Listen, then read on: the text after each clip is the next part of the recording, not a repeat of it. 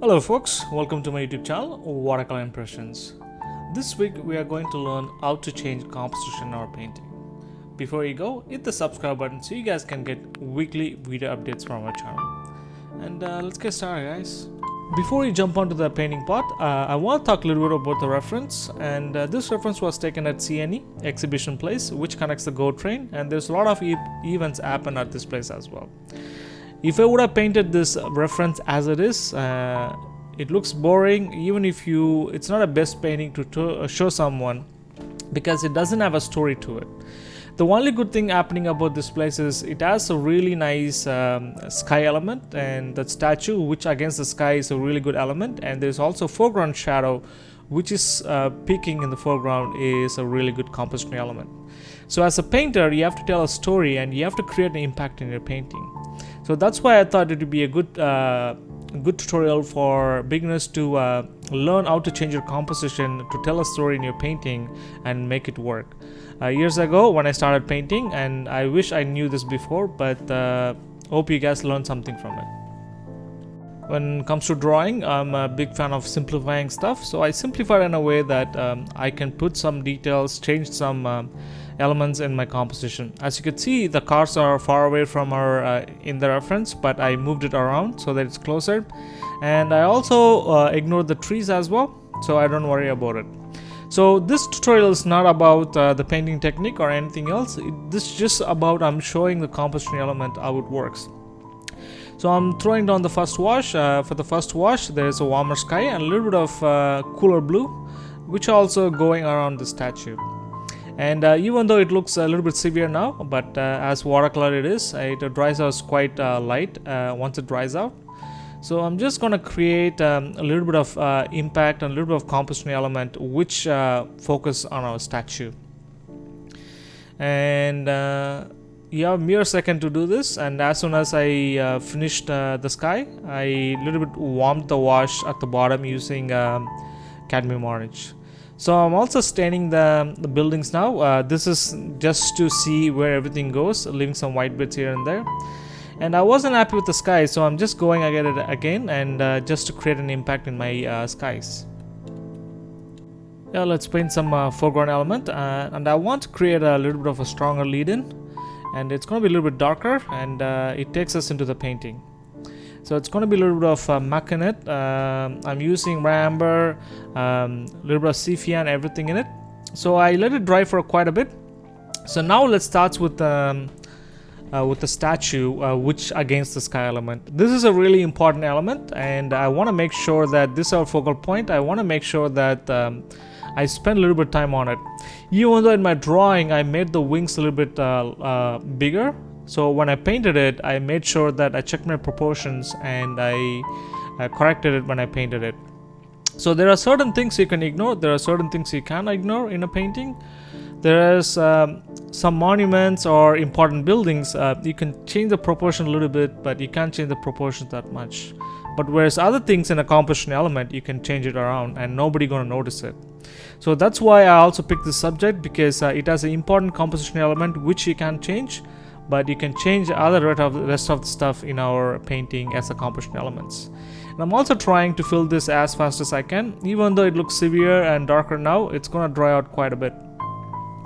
So I'll go and fill it in as fast as possible. I went ahead and filled in the shape as fast as I can, and now let's add some tree elements.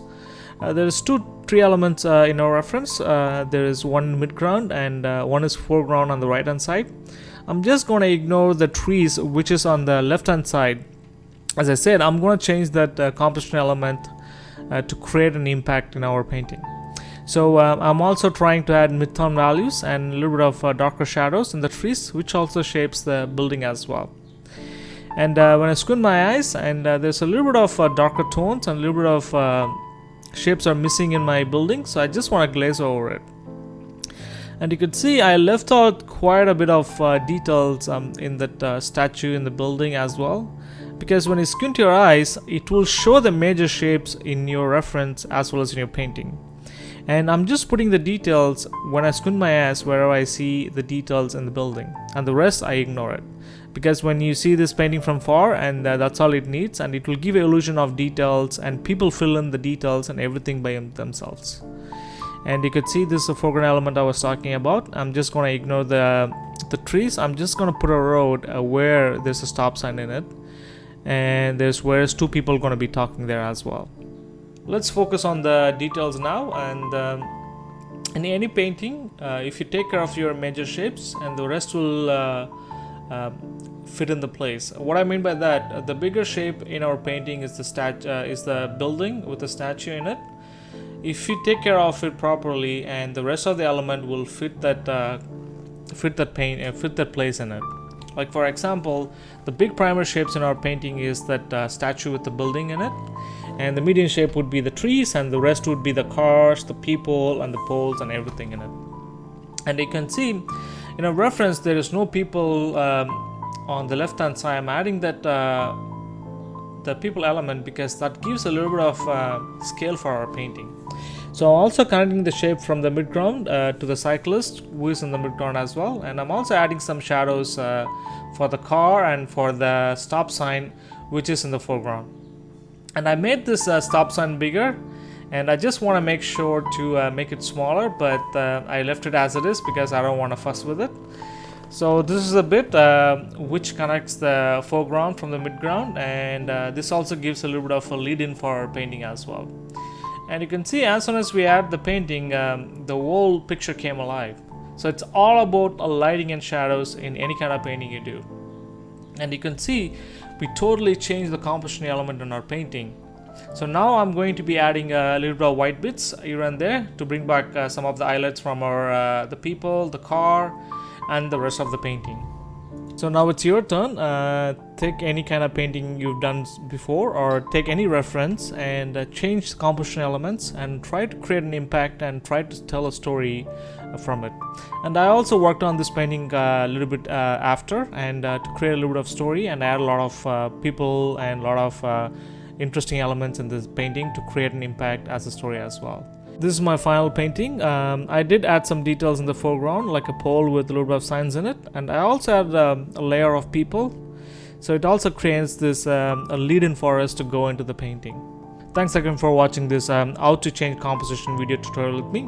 Let me know what you guys think about this video in the comment section, and if you have any other subjects you want me to cover in watercolors, write me at watercolorimpressions@gmail.com or comment below. Before you go, hit the subscribe button so you guys can get weekly video updates from our channel. And please do share with your friends and family. And good luck with your